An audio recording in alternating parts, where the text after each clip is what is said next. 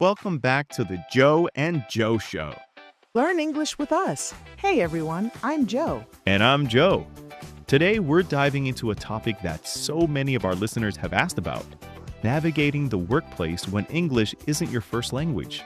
I remember my first office job in the US and just the anxiety. It wasn't about the work, it was about lunch and saying hello in the morning. The small stuff felt huge. Exactly. It's those unwritten rules of communication. So today, we're going to break down some of the most common workplace conversations and give you the tools to handle them. Okay, so let's start at the beginning, literally the beginning of the day. You walk into the office, what do you say? I used to just freeze up. Right, this is a great place to start. There's a spectrum of formality. A very safe formal option is always good morning, followed by the person's name if you know it. Good morning, Sarah. Okay, safe. I like safe. But what if people are more casual? I hear a lot of, hey, how's it going? Or just, morning. That's the other end of the spectrum. How's it going is a very common informal greeting. And the key thing to remember is it's not really a question that needs a detailed answer. Right, you're not supposed to actually tell them how it's going. Not unless you're actually stopping to have a conversation. The standard response is just, good, you? Or doing well, thanks, how about you? Even, hey, how's it going? Can be answered with, hey, how's it going? I've noticed that. It's like a script. I remember trying to give a real answer once, like, oh, my morning was so busy because, and the person was already walking away. It's a classic mistake. So, tip number one for passing by greetings, keep the response short and positive. Can't complain or not bad are also very common neutral options. Okay, so that's the hallway conversation. What about when you're in the kitchen getting coffee? That's when the real small talk happens, right? Precisely. This is where you can ask slightly more involved questions. The most common topic, especially on a Monday, is the weekend. How was your weekend? Or did anything fun over the weekend? And you should have a two-sentence answer ready. It was great, thanks. I went for a hike and then just relaxed. How about you? That's a perfect formula. A short description, and then, and this is crucial, you ask the question back. It shows you're engaged in the conversation. It keeps the ball rolling. Okay, but what happens when the conversation moves from small talk to actual work? Let's say your manager gives you a task and you don't fully understand it. Oh, this is the worst feeling. You just nod and say, okay, but inside your brain is screaming, what does that mean? I once spent a whole day working on the wrong thing because I was too embarrassed to ask for clarification. It's a universal fear. People worry they'll look incompetent, but in reality, asking clarifying questions makes you look more engaged and detail oriented. Okay, so give us the magic words, Joe. What do we say? So, a great technique is to paraphrase or repeat the instructions back in your own words. You can start with, okay, so just to make sure I'm on the right page, or let me see if I've got this right. You want me to finish the report for Project X focusing on the Q3 data. Is that correct? Exactly. It gives your manager a chance to correct any misunderstanding immediately. Another polite way to ask for more detail is, could you elaborate on that a little bit? Or when you say ASAP, could you give me a specific deadline? The ASAP one is so important. As soon as possible can mean today to one person and this week to another. I learned that the hard way. And if you're in a fast paced conversation or meeting and you just miss something, it's perfectly acceptable to say, sorry, I didn't catch that last part. Or even just, sorry, could you say that again?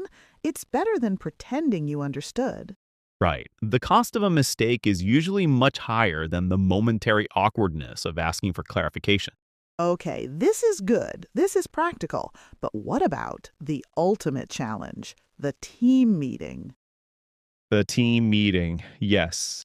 It's like English on extreme mode. Everyone's talking fast, using idioms and buzzwords, and you're just trying to keep up, let alone actually speak. Okay, for meetings, preparation is your best friend. If there's an agenda, review it beforehand. Look up any unfamiliar terms. This helps you follow the conversation and anticipate when you might want to contribute. That's a good tip. It feels less like being thrown into the deep end. Now, for speaking up, it can be hard to find the moment to jump in. A very polite way to enter the conversation is using a phrase like, if I could just add something here, or may I jump in? It feels very formal, though. Does anyone actually say, may I jump in?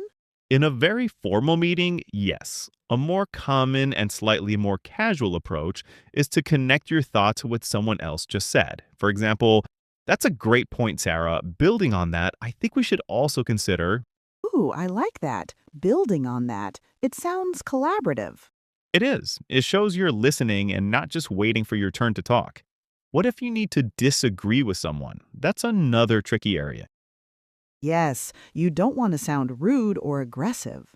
A good strategy is the yes, but approach, or more diplomatically, I see your point, but have we considered? Or I understand where you're coming from, though I have a slightly different perspective.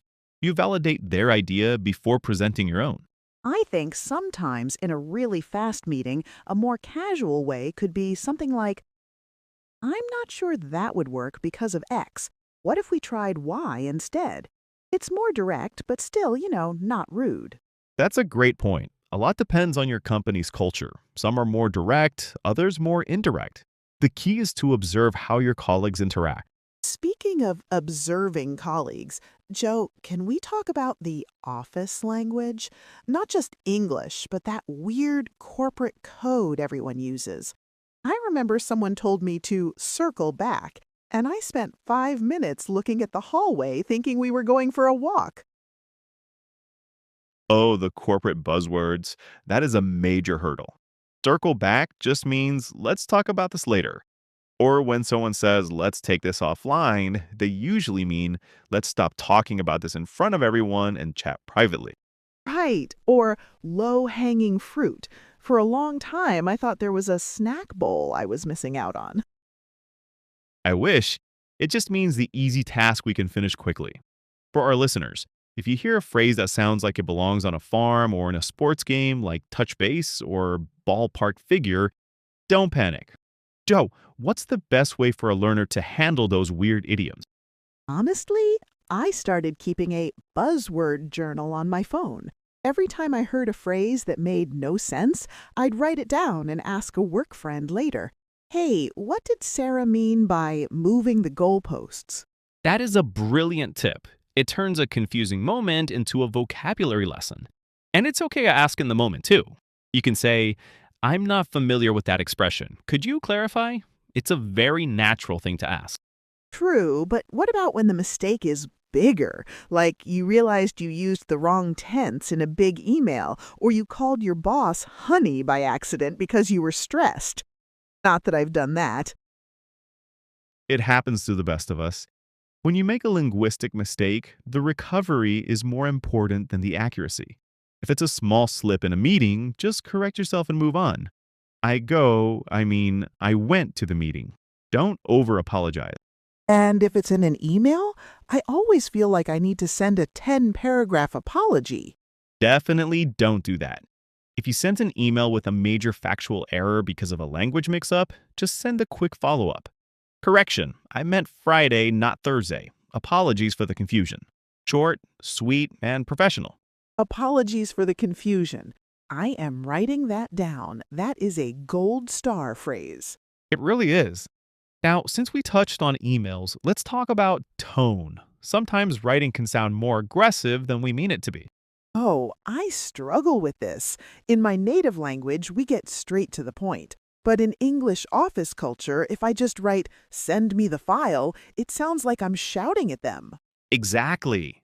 English emails often use softeners. Instead of send me the file, try, whenever you have a chance, could you please send over that file? Or, I was wondering if you could send me that file by EOD.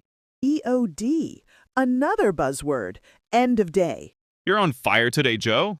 Yes, adding, I was wondering if, or would you mind, acts like a polite cushion. It makes a request feel like a favor rather than a demand. It feels like so much extra work just to be polite, but I guess it really helps with building relationships with coworkers. It does. It's all about building that social capital. When people feel respected, they're much more patient when you do have those loss in translation moments. That makes me feel a lot better. It's not just about the grammar, it's about the vibe. Exactly. The vibe is 90% of the job. That's the perfect way to put it. We've covered a lot here, from morning greetings to meeting disagreements. Let's do a quick recap of the main takeaway. Okay, so first, for small talk, keep hallway greetings short and always ask the question back in a longer chat. Second, when it comes to tasks, don't be afraid to ask for clarification. Paraphrasing by saying, "So what you're saying is your best tool." And third, in meetings, prepare beforehand. Use phrases like building on that to enter the conversation and soften your disagreements. Excellent summary. And I think the most important overarching tip is to be kind to yourself. Totally. No one expects your English to be perfect. They just want to understand you and collaborate with you. Your colleagues are usually more than willing to help you if you just ask. Confidence comes with practice, and every conversation, even the awkward ones, is practice. Well, that's all the time we have for today. I feel like we could talk about this for hours. Indeed. Next time, we'll be tackling another big one: socializing with colleagues after work, the happy hour. Ooh, that's a whole other level of English. Make sure to tune in for that. Thanks for listening to the Joe and Joe Show. Learn English with us. Bye, everyone. Until next time.